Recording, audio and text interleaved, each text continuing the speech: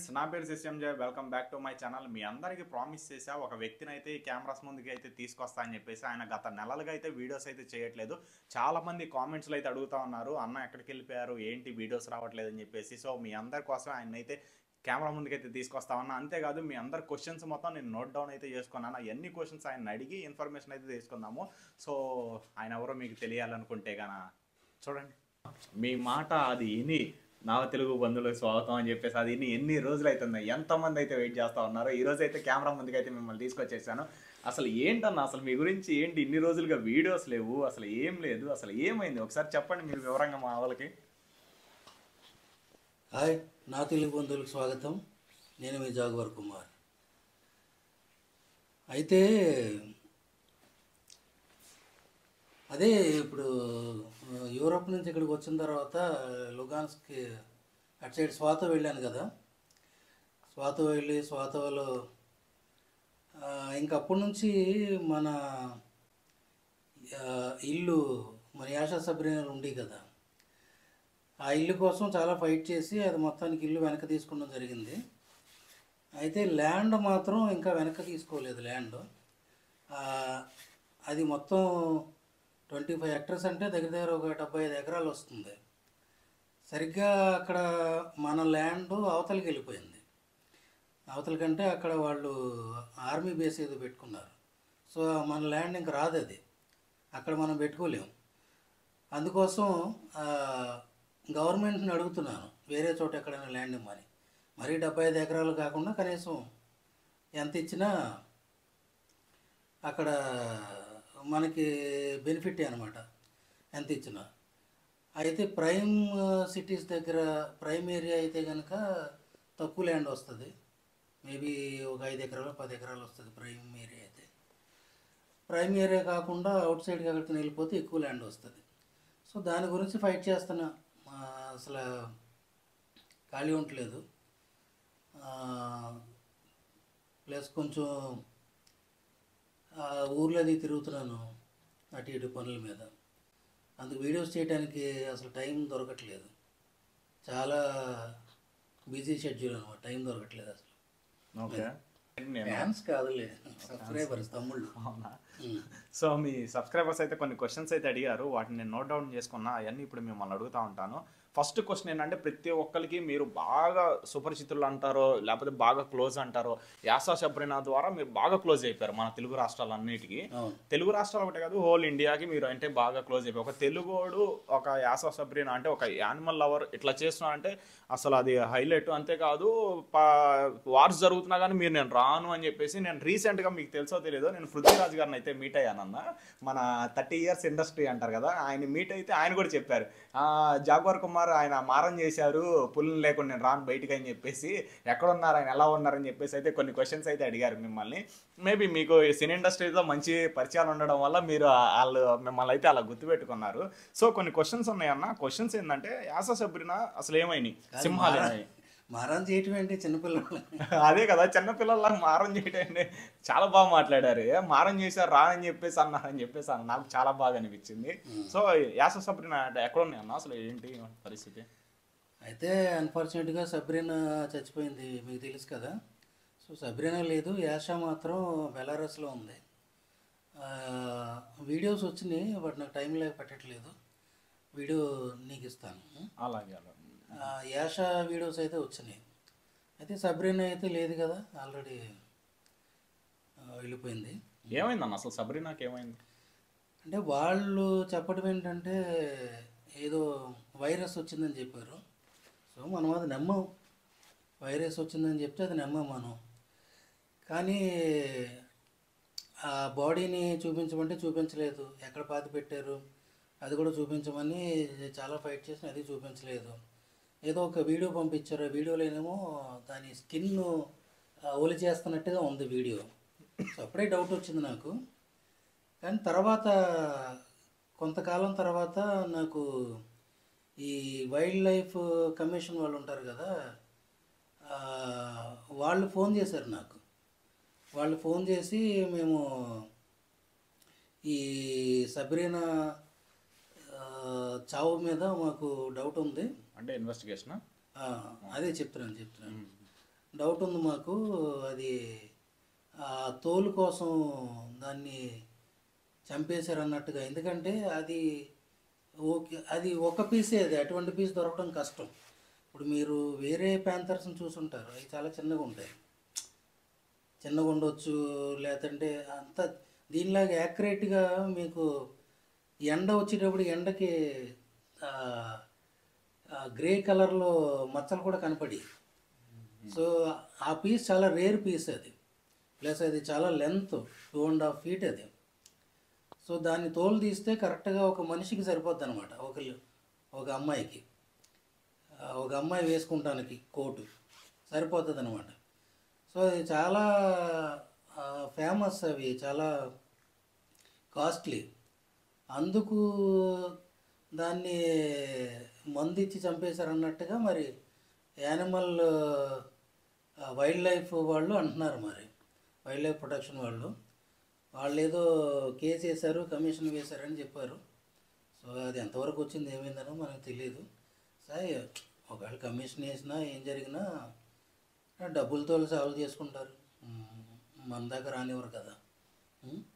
So అలాగైతే జరిగింది. మొత్తానికి ఏం జరిగిందో ఏదైతే అయింది, కానీ మంచి యాక్టివ్గా ఉన్నదైతే చనిపోయింది. ఎందుకంటే నేను వెళ్ళినప్పుడు ఎంత యాక్టివ్గా ఉంది, వీడియోస్ చూశారు కదా, నేను అప్పుడు చూడటానికి వెళ్ళినప్పుడు ఎంత యాక్టివ్గా ఉంది.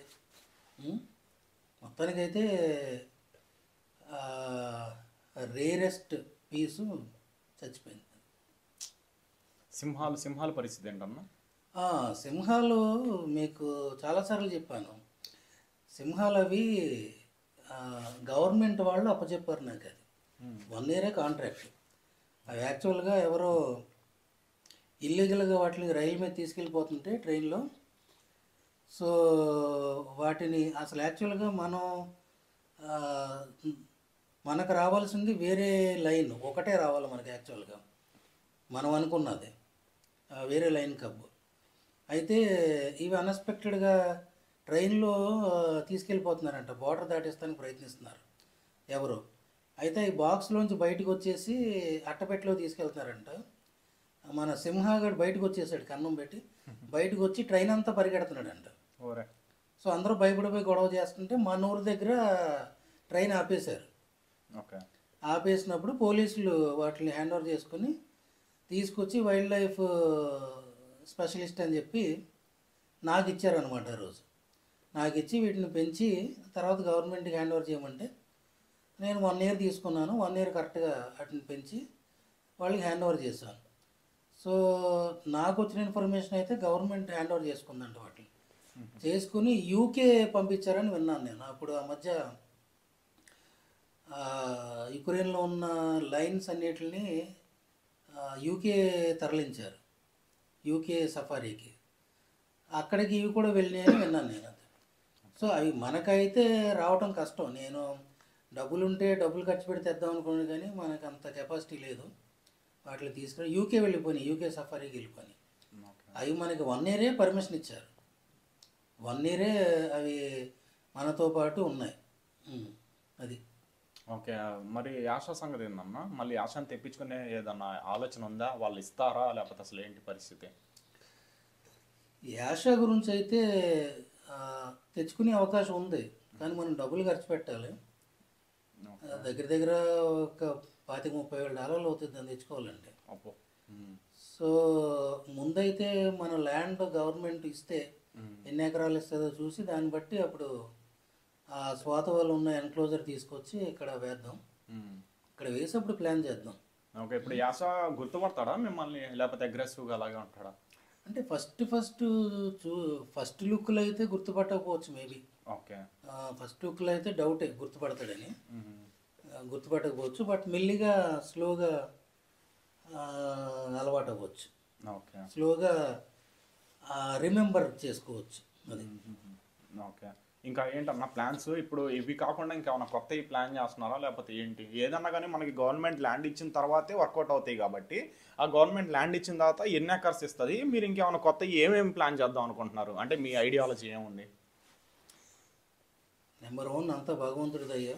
మనకి అంత కెపాసిటీ దేవుడు ఇవ్వాలి. దేవుడు ఇవ్వాలి. దేవుడు ఇస్తే అంత కెపాసిటీ మళ్ళీ నేను రికవర్ అయ్యి అంత కెపాసిటీ సంపాదించగలిగితే అంటే ఒక వైల్డ్ యానిమల్ని పెంచాలంటే ఒక పులిని జాగువార్ తీసుకుంటే జాగువార్ రోజుకి 5 కేజీలు తింటుంది ఒక్కొక్క జాగువార్. టైగర్ 10 కేజీలు తింటుంది, లైన్ 15 కేజీలు తింటుంది పెర్ డే. సో అంత క్యాపబిలిటీ మనకు ఉండాలి, అంత కెపాసిటీ రావాలి. సో అంత కెపాసిటీ వస్తే నేను తప్పనిసరి తెచ్చుకుంటాను. ఏదైనా కానీ ముందు ల్యాండ్ మీద ఆధారపడి ఉంది. ల్యాండ్ మనకి ఎంత ఇస్తుంది గవర్నమెంట్, ఎక్కడ ఇస్తారు. నేనైతే అర్మేనియా బోర్డర్లో కానీ అడుగుతున్నాను, ఎందుకంటే స్లోగా అర్మేనియా షిఫ్ట్ చేయొచ్చు అని. ఓకే. ప్రజెంట్ అర్మేనియా అయితే నాకు అనిపించింది కొంతవరకు పీస్ఫుల్ కంట్రీ. మరి ముఖ్యంగా అరారాత్ పర్వతాల దగ్గర అక్కడ అసలు చాలా సూపర్గా ఉంది. అది టర్కీ ప్రాంతం కాబట్టి అక్కడ చాలా బాగుంది. అక్కడ కనుక పెట్టగలిగితే చాలా సూపర్గా ఉంటుంది. అరారాత్ హిల్స్ ఉన్నాయి కదా, అరారాత్ పర్వతాలు. సో అర్మేనియా బోర్డర్లు ఇస్తే స్లోగా మనం అక్కడికి షిఫ్ట్ అవ్వచ్చు అని నా ఉద్దేశం. అందుకు అడుగుతున్నాను.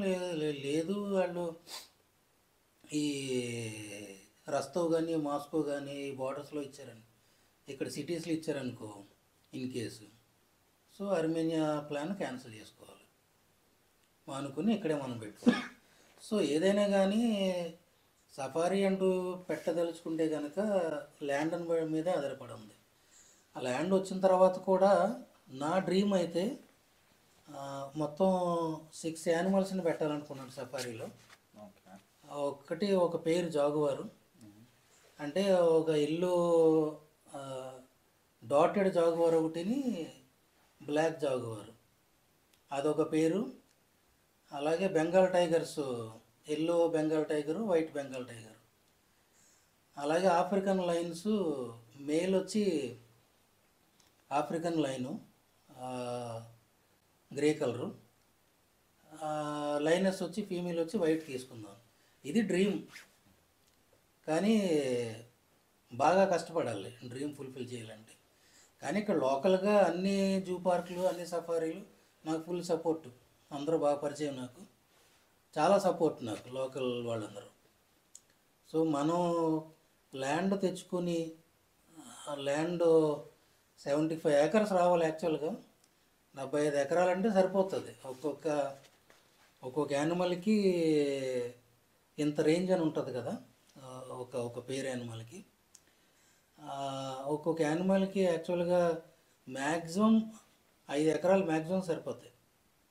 అంటే ఫ్రీగా తిరగటానికి, ఫ్రీగా మార్క్ చేసుకుంటానికి, ఆ టెరిటరీ క్రియేట్ చేసుకుంటానికి 5 ఎకరాలు సరిపోద్ది ఒక్కొక్క దానికి, ఒక్కొక్క పేరు. ఒక జంటకి 5 ఏకర్స్ మోర్ దాన్ ఎనఫ్.